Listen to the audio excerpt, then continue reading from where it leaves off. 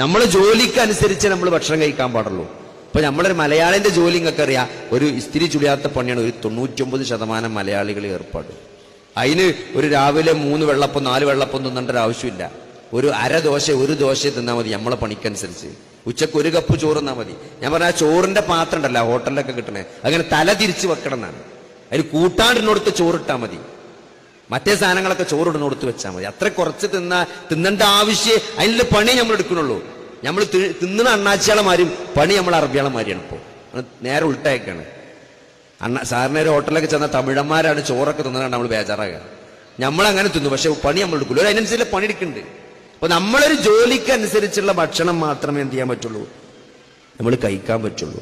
ആ ഒരു ബോധം നമ്മളെ വീട്ടിലുണ്ടാകും. സാധാരണ നമ്മൾ എന്താ ഈ കുട്ടികളൊക്കെ സ്ത്രീകൾ എല്ല് പൊട്ടിയൊക്കെ കൊണ്ടുവരുമ്പോൾ പറയും, അവസാനം ഒക്കെ കഴിഞ്ഞ് പോകാൻ നേരത്ത് ഒരു ടോണിക്ക് എഴുതി തരും ചോദിച്ചു. എന്തിന്? തീറ്റ ഉണ്ടാകും. ഇങ്ങനെ നിൽക്കുന്ന കുട്ടിക്ക് പിന്നെയും തീറ്റ ഉണ്ടാകും. അവർ ഈ കുട്ടി അത്യാവശ്യം തടി ഉണ്ടല്ലോ, ഇല്ല അത് തീരെ തടിയില്ല, എൻ്റെ ഭർത്താവിൻ്റെ അനിയൻ്റെ മോനൊക്കെ ഭയങ്കര വണ്ണാണ്, എന്താ ഓലയിറ്റ് അവര് മത്സരിക്കണത്. അപ്പൊ ഏത് ഉമ്മാർക്കും അവനാന്റെ കുട്ടികൾ തിന്നണില്ല എന്ന് തന്നെയാണ് പറയാ, തീറ്റെടുക്കാൻ വേണ്ടി ടോണിക്ക് എഴുതിക്കുക. അപ്പൊ അങ്ങനെ ഒരു ശൈലിയാണ്. ഇപ്പൊ കുട്ടികളോടൊക്കെ എന്താ പറയാ, ഇപ്പൊ തിന്നോ, കുറച്ച് കഴിഞ്ഞാൽ പ്രമേയമൊക്കെ വരും, അപ്പൊ തിന്നാൻ പറ്റൂല. അങ്ങനെയൊക്കെ ഉണ്ട് സഹോദരങ്ങൾ. കുറച്ച് കഴിഞ്ഞ് പ്രമേയം വരും വിചാരിച്ചാണ്ട് ഇപ്പൊ ആരെങ്കിലും തിന്നോ? ഇത് തിന്നേണ്ട പ്രായമാണ്. അങ്ങനെ ഒരു പ്രായമൊന്നുമില്ല, തിന്നേണ്ട പ്രായം. അങ്ങനെ തീറ്റിക്കുക, ആ ഒരു ശൈലി നമ്മൾ വീട്ടിൽ നിർത്തണം. അതേപോലെ തന്നെ ബേക്കറി. ഇപ്പൊ പണ്ട് ആളുകളൊക്കെ അറ്റാക്ക് ആയിട്ട്, പണ്ടൊക്കെ നെഞ്ചുവേദനയായിട്ട് ഒരാൾ കാഷ്വാലിറ്റിയിൽ വരുമ്പം ഞാനൊക്കെ MBBS പഠിച്ച 1990-96 കാലഘട്ടത്തിലാണ്. അന്നൊക്കെ ഒരാൾ കാഷ്വാലിറ്റിയിൽ നെഞ്ചുവേദനയായിട്ട് വന്നാൽ ഒരു 40 വയസ്സിന്റെ മുകളിലുള്ള ആൾക്കാർക്ക് ECG എടുക്കുള്ളൂ. പിന്നെ അതൊക്കെ ചോദിച്ചറിഞ്ഞ് എവിടെയാണ് വേദന, നെഞ്ചിന്റെ ഏത് ഭാഗത്താണ് എന്നൊക്കെ ചോദിച്ചിട്ടാണ് ECG എടുക്കുക. എന്നാ ഇന്ന് 10-12 വയസ്സിലൊരു കുട്ടി നെഞ്ചുവേദന എന്നാൽ ECG എടുക്കും. കാരണം എന്താ വെച്ചാൽ കുട്ടി തിന്നണത് അങ്ങനെയാണ്. ഒരു കോഴി ഒന്നായിട്ടൊക്കെ തിന്ന ചൊവ്വായ എന്നൊക്കെ പറഞ്ഞ് ഇങ്ങനെ അതേമാതിരി തവാഫ് കോഴി തിരിഞ്ഞ് കോഴി ഇങ്ങനെ തിരിയണം, അത് അതേമാതിരി കൊണ്ടുവയ്ക്കുക ചെയ്യുക. പണ്ടൊക്കെ ഒരു കോഴി തിന്നാനുള്ള പ്രയാസം എത്രയെന്ന് ഇവിടുത്തെ ആൾക്കാരോട് ചോദിച്ചാൽ അറിയാം. ആരെങ്കിലും ഒരു അളിയാക്കൊക്കെ പെരയ്ക്ക് വിരുന്ന് വരുമ്പോഴാണ് ആകെ കോയിനെ ഇറക്കുക. അതന്നെ ആ നാടൻ കോയിനെ കൂട്ടുന്ന രാവിലെ തന്നെ തുറന്നു വിട്ട കോയിനെ രണ്ടാമത് അതിനെ പിടിച്ചണമെങ്കിൽ ഭയങ്കര പണിയാണ്. അതിന്റെ പിന്നാലെ പായാണ്ട് ഒരു 4-5 ആൾക്കാർ കൂടി പാഞ്ഞ് ആ കോയി ഒന്നായിട്ട് ലാസ്റ്റ് ക്ഷീണിച്ച് അങ്ങനെ തന്നെ പിടിക്കുക. അത് പിടിക്കാൻ തന്നെ 2 കോഴി തിന്ന എനർജി പോയിട്ടുണ്ടാവും. എന്നിട്ട് പിന്നെ ആ കുറക് 2-3 പീസാക്കിയിട്ട് ഒരു കഷ്ണം ആകെ കിട്ടും നമുക്ക്. ഇന്ന് ആൾക്കാർ ഒരു കോഴി ഒന്നായിട്ട് തിന്നണ്, 1-2 എന്നല്ല, തിന്നണതിനൊരു കണക്കില്ല. അതും എന്താണ് ഈ ഇപ്പൊ നോക്കി ഇവിടുന്ന് നിങ്ങൾ എങ്ങനെ പോയാലും മലപ്പുറം ജില്ല മലബാർ പ്രദേശം കഴിയോളം ഒരു ബസ് സ്റ്റോപ്പ് മുതൽ അടുത്ത ബസ് സ്റ്റോപ്പ് വരെ നോക്കിയാൽ 1-2-3 ഫാസ്റ്റ് ഫുഡ് ഉണ്ടാവും. ആരും നഷ്ടത്തിലല്ല, എല്ലാവരും ലാഭത്തിലാണ്. ആരതൊക്കെ തിന്നണേ? ഇവരൊക്കെ പെരിയിൽ വേറെ ഉണ്ടാക്കുന്നുണ്ട്, ഇവരൊക്കെ പെരിയിൽ വേറെ ഭക്ഷണം ഉണ്ടാക്കുന്നുണ്ട്, ഇവര് വരും വിചാരിച്ച് ഉണ്ടാക്കി വെച്ചിട്ടുണ്ട്. അപ്പോ അമിതമായി ഇപ്പൊ നമ്മളെ നാട്ടിലെന്താണ് ഇത്ര കിഡ്നി രോഗികൾ എന്നൊക്കെ ചോദിക്കും. നമ്മുടെ നാട്ടിൽ മാത്രമേ എന്തുള്ളൂ, അമിതമായി ഇതേപോലെ റോഡ് സൈഡിൽ ഭക്ഷണങ്ങൾ കാണും. പാലക്കാടൊക്കെ പോയി നോക്കി, ഒരു മനുഷ്യൻ മരി കഴിഞ്ഞാൽ തിന്നും കൂടി ഇല്ല, തിന്നാനൊരു സ്ഥലം തിരഞ്ഞാൽ കിട്ടൂല. ഏത് ടൗണിലൊരു ഹോട്ടൽ ഉണ്ടെങ്കിലല്ലാതെ ആകെ ഉണ്ടാകുന്ന ഒരു ചായപ്പൊടിയും കുറെ നുറുക്കും ബിസ്ക്കറ്റൊക്കെ ഉണ്ടാവുള്ളൂ. നമ്മളവിടെ നോക്കി രാത്രി 1 മണി വരെ നിങ്ങൾക്ക് എന്ത് വേണമെങ്കിലും തിന്നാൻ കിട്ടും റോഡ് സൈഡിൽ. അപ്പൊ അതുകൊണ്ട് അതേപോലെ തന്നെ ബേക്കറി, പണ്ടൊക്കെ ബേക്കറി എന്ന് പറഞ്ഞാൽ ഇതേപോലെ ആരെങ്കിലുമൊക്കെ ഒന്ന് വിരുന്ന് വന്നിട്ട് വേണം ആ ബേക്കറി പാത്രം 5-ന് ആ നേരത്തെ പൊന്തുള്ളൂ, പിന്നെ കാണാൻ തന്നെ കിട്ടൂല. ആ നേരത്തെ അവിടെ ഹാജരുള്ളവർക്കൊക്കെ എന്തെങ്കിലും കിട്ടും. എന്നാ ഇന്നത്തെ അവസ്ഥ എന്താ? ഇന്ന് എല്ലാ വീട്ടിലും ബേക്കറി എണ്ണാണ്, ഓരോ ബസ് സ്റ്റോപ്പിലും ബേക്കറിയാണ്. ഗൾഫിൽ നിന്ന് വരുന്നവരൊക്കെ കൂൾബാറും ബേക്കറിയാ തുടങ്ങുക. എന്നിട്ട് എല്ലാവരും എന്താണ്, പണ്ട് മിഠായി എന്നൊക്കെ പറഞ്ഞാൽ സ്കൂൾ പൂട്ടുമ്പോൾ എന്തെങ്കിലും പൈസ ഇട്ടല്ല, യുവജനോത്സവത്തിനൊക്കെ നമുക്ക് മിഠായിക്ക് പൈസ ഇട്ടാ. ഇന്ന് ഗൾഫിൽ നിന്ന് വരുമ്പോ പാക്കറ്റാ കൊണ്ടുവരും, 1-2 അല്ല, ഇരുന്ന് തിന്നാണ് കുട്ടികൾ പാക്കറ്റ് ചോക്ലേറ്റ്. അത് ഒരു മുട്ടായി എന്നൊക്കെ പറഞ്ഞാൽ ഒരു ബിരിയാണിന്റെ അത്ര എനർജി ഉണ്ട്. എന്താണ് ഫഡ്ജ് എന്നൊക്കെ പറഞ്ഞാൽ മുട്ടായി ഉണ്ട്, ഇപ്പൊ ഒരു പശുവിന്റെ ഒക്കെ ചിത്രമുള്ള അതിൻ്റെയൊക്കെ 4 മുട്ടായി എന്നാൽ തന്നെ വലിയൊരു ബിരിയാണി തിന്നേണ്ട ആവശ്യമില്ല, അത്രയും എനർജി ഉണ്ടായിരുന്നു. അത് കുട്ടികൾ 4, 5, 8, 10 ഇരുന്ന് തിന്നാണ്. എന്നാ പണ്ടത്തെ പോലെ ഓട്ടോ ചാട്ടോ ഒന്നുമില്ല. അപ്പൊ ഇങ്ങനെ കൾച്ചർ തന്നെ എന്താണ്, തീരെ ശരീരം ഇളകാതെ അമിതമായി ഭക്ഷണം കഴിക്കുന്ന ഒരു ശൈലിയിലേക്കാണ് നമ്മൾ പോയിക്കൊണ്ടിരിക്കുന്നത്. പണ്ട് നോക്കി എത്ര നമ്മളൊക്കെ ചെറുപ്പത്തിൽ കാരണവല ട്രൗസറാണ് നമ്മൾ ഇട്ടുക തന്നെ. നമുക്കൊരു ട്രൗസർ കിട്ടൂല, ഏട്ടന്മാരുടെ ട്രൗസർ മൂത്താപ്പാന്റെ കുട്ടികളുടെ ട്രൗസറാണ് നമുക്ക് കിട്ടുക. അത് എങ്ങനെയാലും മുറുകി നിൽക്കൂല, അത് പിന്നെ മടക്കി കുത്തിയിട്ടും കയറിട്ടിട്ടൊക്കെ നിർത്തുക ചെയ്യുക. ഇന്ന് നോക്കി എല്ലാവരും മെലിഞ്ഞിട്ടുണ്ടാവും. എല്ലാ കുട്ടികൾക്കും ഇവിടെ അങ്ങനെ 2 പേരുണ്ടാവും മൂക്കുന്നൊലിച്ച്, ഒരുവിധം കുട്ടികൾക്കൊക്കെ. ഇന്ന് അങ്ങനത്തെ ഒരു കുട്ടിനെ നിങ്ങൾക്ക് കാണാൻ പറ്റില്ല മൂക്കുന്നൊലിച്ചിനെ. അതേമാതിരി എല്ലാവരും വെലിഞ്ഞ കുട്ടികളേക്കാരം എല്ലിങ്ങനെ വാരിയിലൊക്കെ എണ്ണാൻ പറ്റും പണ്ടത്തെ കാലത്ത് കുട്ടികളവിടെ.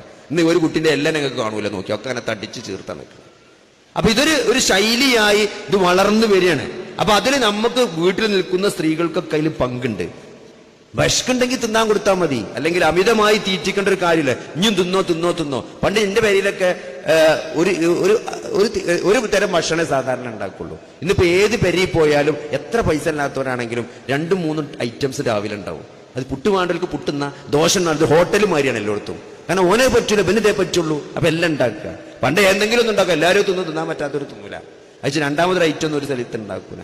അങ്ങനെ തീറ്റിക്കുന്ന ഒരു ഇപ്പൊ കല്യാണത്തിൽ ചെന്നാലും നിങ്ങൾ നോക്കി, ഒരു ബിരിയാണി കപ്സ. പണ്ടൊക്കെ ആകെ തേങ്ങാച്ചോറും അല്ലെങ്കിൽ അങ്ങനത്തെ ഒരു ബിരിയാണി മാത്രമേ ഉണ്ടാവുള്ളൂ. ഇന്ന് ബിരിയാണി, കപ്സ, 2-3 റൈസ് ഐറ്റംസ് ഇങ്ങനെ എല്ലാവരും ഇങ്ങനെ വട്ടത്തിൽ ഇരുന്ന് അങ്ങനെ തിന്നാണ്. എന്നിട്ട് എന്നാൽ ഈ തിന്നാൻ കൊണ്ടു നിൽക്കണം എന്താണ്, നമുക്ക് ഇഷ്ടമുള്ളത് എന്താ വെച്ചാൽ തിന്നു പോകാനാണ്. ഇത് അങ്ങനല്ല, ഇതെല്ലാം തിന്നാൻ വേണ്ടി ആൾക്കാർ ഇതിനൊന്നിടും. എല്ലാം ആദ്യം ടെസ്റ്റ് ചെയ്യും ചില ആൾക്കാർ. എന്നിട്ട് ഇഷ്ടമുള്ളത് പിന്നെ കുറെ തിന്നും. എന്നിട്ട് പിന്നെ നീക്കാൻ നേരത്ത് പിന്നെ ഒരു പോകല്ലേ വെച്ച് പിന്നെയും കളിച്ചു. അങ്ങനെ അങ്ങോട്ട് തിന്ന് മുതലാക്കുക. അങ്ങനെ കൾച്ചറാണ് ഇവിടെ ഉണ്ടായി വരുന്നത്. അപ്പൊ അത് വളരെ അപകടകരമായ, അതുകൊണ്ട് ഞങ്ങൾ പോയൊക്കെ ഇതുമായി ബന്ധപ്പെട്ട അസുഖം തന്നെയാണ്. ഏത് അസുഖം എടുത്താലും അതിന് പരിഹാരം എന്താണ്? ഭക്ഷണം കുറക്കണം. ഈ അസുഖങ്ങൾക്കൊക്കെ ഉള്ള പരിഹാരമായി പറഞ്ഞ എന്താണ്? അമിതമായി ഭക്ഷണം കഴിക്കുന്നത് നിർത്തുക എന്നുള്ളതാണ്. അപ്പൊ അതുകൊണ്ട് അങ്ങനത്തെ ഒരു കൾച്ചർ നമ്മൾ തന്നെ വീട്ടിൽ ഈ ബേക്കറിയും ഇതൊക്കെ നമ്മൾ തന്നെ ആ ഒരു കൾച്ചർ ഉണ്ടാക്കി കൊണ്ടുവന്നാൽ മാത്രമേ നമുക്ക് എന്ത് ചെയ്യാൻ പറ്റുള്ളൂ, ഒരു പരിധി വരെ നിയന്ത്രിക്കാൻ പറ്റുള്ളൂ. ഇപ്പൊ വാപ്പാക്ക് പ്രമേയം ഉണ്ടായാലും മക്കൾക്ക് പ്രമേയം ഉണ്ടാവും. അത് സഹോദരങ്ങളെ ഒരു ജനിതക പ്രശ്നം കൊണ്ട് മാത്രമല്ല, അങ്ങനെ നമ്മളതിനെ മനസ്സിലാക്കരുത്. വാപ്പാക്ക് പ്രമേയം ഉണ്ടായാൽ മക്കൾക്ക് പ്രമേയം ഉണ്ടാകുന്ന ആ വാപ്പാന്റെ മോനായതുകൊണ്ട് മാത്രമല്ല, ആ വാപ്പാന്റെ അതേ തീറ്റ സ്വഭാവക്കാരൻ മോനുണ്ടാകുക അതുകൊണ്ട് കൂടിയാണ്. ഇപ്പൊ ചില ആൾക്കാർ കല്യാണം ആലോചിക്കുമ്പോൾ പറയും എന്താ എങ്ങനെ ഉണ്ട് ചോദിച്ചാൽ ഞാൻ പറയാം, ആ വാപ്പാനൊന്ന് പോയി നോക്കിക്കളയർ, അതേമാതിരി ഉണ്ടാകുക. വാപ്പ ചൂടനാണെങ്കിൽ മക്കളും 99% ചൂടന്മാരേക്കാരം.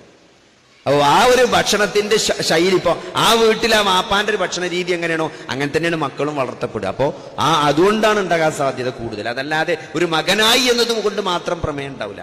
അപ്പൊ നമ്മൾ കൂടുതൽ ശ്രദ്ധിച്ചാൽ നമുക്ക് പ്രമേയമില്ല. നമ്മൾ വാപ്പാക്ക് പ്രമേയം ഉണ്ടായി നമ്മൾ ഒന്നുകൂടി ശ്രദ്ധിച്ചാൽ എന്ത് ചെയ്യാം, ഒരു പരിധിവരെ പ്രമേയം ഇല്ലാതാക്കാനും ഉണ്ടെങ്കിൽ തന്നെ നിയന്ത്രിക്കാനും നമുക്ക് പറ്റും.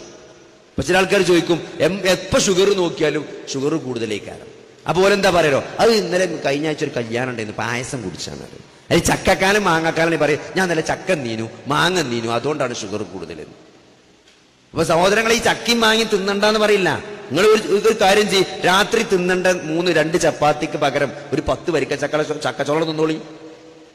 അത് തിന്നൂല, ചപ്പാത്തിന്റെ മേലാണ് ഈ ചക്ക കൊണ്ടുപോയി തിന്നത്.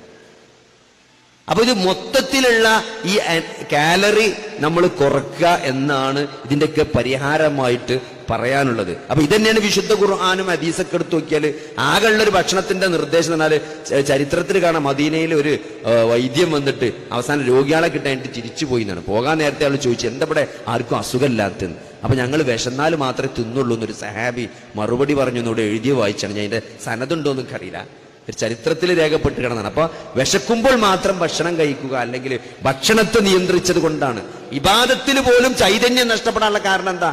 അമിതമായി ഭക്ഷണം കഴിച്ചു വന്ന് നിസ്കരിച്ചാൽ നിന്നാല് നിസ്കാരത്തിൽ ശ്രദ്ധ കിട്ടൂല, എപ്പോഴും ഉറക്കണ്ടാവും. നമ്മള് കുറച്ച് ഭക്ഷണം കഴിച്ച് ശീലിച്ചു നോക്കി, നമ്മൾ വിചാരിച്ചതിനേക്കാൾ ആൾക്കാർ വിചാരിക്കുക ഭക്ഷണം കഴിച്ച് കുറച്ചാൽ ക്ഷീണം ഉണ്ടാവുന്ന. ആരൊപ്പം ഇവിടെ ഇടക്കാലത്ത് കുറെ ആൾക്കാർ ഈ ഇറച്ചി മാത്രം തിന്നുന്ന ആൾക്കാരുണ്ടായിരുന്നു, ഇപ്പൊ പോയി തോന്നുന്നുണ്ട്. അപ്പൊ അതിലൊക്കെ ഭയങ്കര തടി ഉണ്ടായിരുന്ന ആളുകളൊക്കെ കുറെ തടി കുറഞ്ഞിട്ടുണ്ട്.